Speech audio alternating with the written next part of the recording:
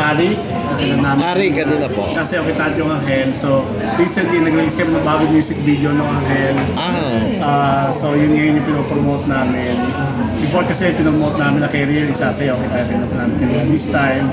And later siguro nangakatin natin yung Angel. So, yun po bago namin ginagawa ko yun. Pero gano'ng kahirap yung parang start kayo ng mga music videos compared to tape na talaga ang labanan digital. Parang mas dumali eh. Oo eh. Kasi before, kaya mahirap makarating sa TV, sa radio, di ba? Sa print. So ngayon, mas madali kami maka-reach out and bukod dati ito yung tatlo lang ang ano natin media, Divine Media, and right now with in the digital age merong Spotify, merong Apple Music, and of course we can promote in YouTube and even yung print, di ba, naging bago na, parang digital media na rin ngayon. So, naging mas madali sa amin. May pros and cons of course. Pero yung platform, so marami kami ngayon. Attorney, nagbabanda kayo, tapos attorney kayo, hindi po ba mahirap pagsabayin? Mahirap actually. So, that's why we have Joseph Cruz, kung napapansin nyo. Bibira yung banda na may dalawang keyboardista, di ba? So, for the times na wala ako, siya yung nandyan. Pag nandito man ako, well, dalawa kami. Kaya that explains why dalawa kami nasa keyboards. So mahirap talaga pagsabayin. Si Angelo, tanong ko lang. Angelo, meron bang instance na hulog ka sa hagdan na yan? Ako nag-aalala sa'yo. Nahulog siya sa tao. Na-fall! Again? Na-fall. Pero iniwan din ako. Hindi niya ako pinulot. Oo, mga tao nahulog. Doon na siya nahulog. Gawan mo ng kanta. Hulog. Hulog! Hindi niya ako pinaglaban. Mas maraming mura yun. Kasi sa ere. Pag siya gumawa ng doon. At ano, meron bang a pressure or challenge sa inyo? Kasi bagong tunog ngayon ng mga millennials na nagugustuhan nyo, medyo may pagka-K-pop, at yung mga bagong grupo na lumabas ngayon. Challenge ba sa grupo nyo yan ngayon?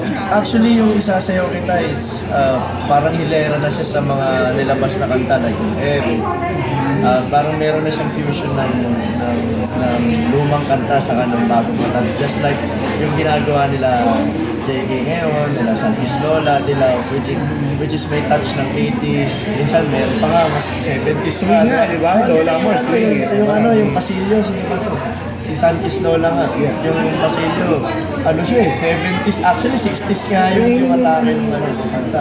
So, hindi malayo na dumikit kami sa kanila.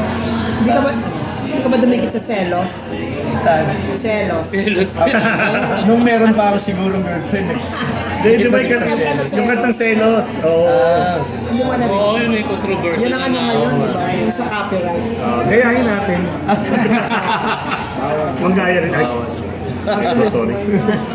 Actually, oo. Yung, gawa na lang tayo ng kanta naman. Danceable. Danceable. Marami pa yan. Kasi syempre ngayon, 3 single pa lang inilalabas namin, which is yung Hari, Sasayaw Kita sa yung Angel. So marami pa kaming ilalabas na, katulad yan, mas cheesy pa, mas danceable, mas groovy, no? So abangan nyo yun. So marami pa kaming nakahanda para sa inyo. Pero nagsisimula. Yes, yung Isasayaw Kita, ako rin po yung nagsulat.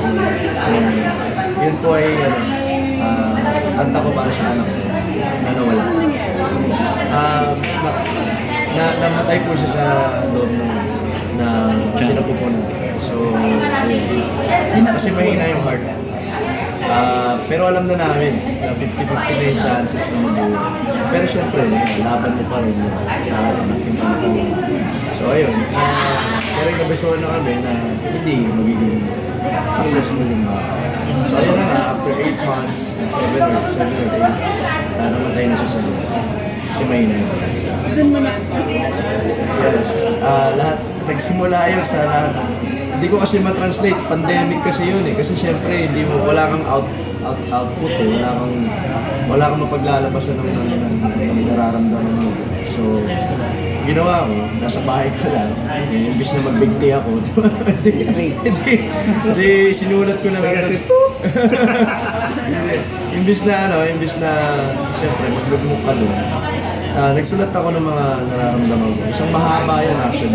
May clip pa nga yan sa Isasayaw Kita kasi pinagsama-sama ko na yun. Pero nagsulat ako ng mahaba. Lahat ng nararamdaman ko sa pelikula. Tapos ayun, hanggang sa, ba't kaya hindi ko gawing lalabay? Una lalabay pa yan. Kung kaya pansin nyo yung intro, parang lalabay siya, parang waltz. So parang yun yung tema na parang, di ba, pagka mo, parang waltz ang dating. No? Kaya kapag gusto mo siya isayaw, di ba? Waltz yung gusto mo isayaw mo. Sumakutin yun. So yun yung idea, kaya yun yung intro.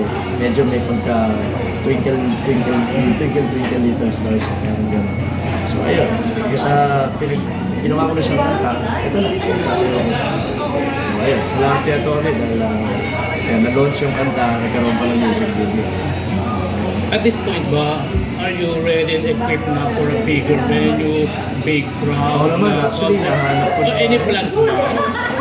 Concert. Nahanap na ng katawan ko yung bigger stage. So wala pa. Plan. Well, may Meron- plans may actually. plans, actually. Maybe In December. sa end of the year sa isang malaking venue na. Yes, So yes. watch out. Like ano yung target?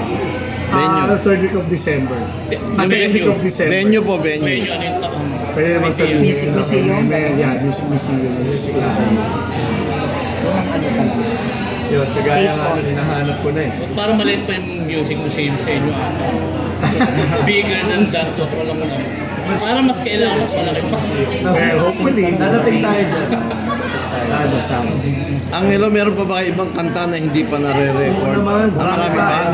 We're coming up with a few more songs. Kagaya nga nung sinabi namin, marami pa kaming nakahanda. Like, may mga danceable, may makulit na kanta, tapos merong mga talagang related sa society. So, ayan. Saka yun, sabi nga namin, kung may mas cheesy pa sa Anghel, meron din kami nun. So, ayun lang. Pinapatapos lang namin yung tatlong single hanggang sa matuloy namin yung iba't ibang single. Target namin sa bare months, yung dahil kasi. Yung mga bagong Meron din po bang Christmas song? Bakit hindi? Diba? Yes, certainly. Kahit si JK, nag-iisip na, nag-post siya nung nakaraan. Sabi niya, gagawa ba ako ng Christmas song? Oo, hindi. So, nag-comment ako, oo, hindi. Yeah, maybe, no? Hindi natin alam. Sa isa pa nating keyboardist, Sir, being a cruise, pressure ba yun sa inyo? Kailangan magaling ka lagi pagdating sa music? Hindi naman.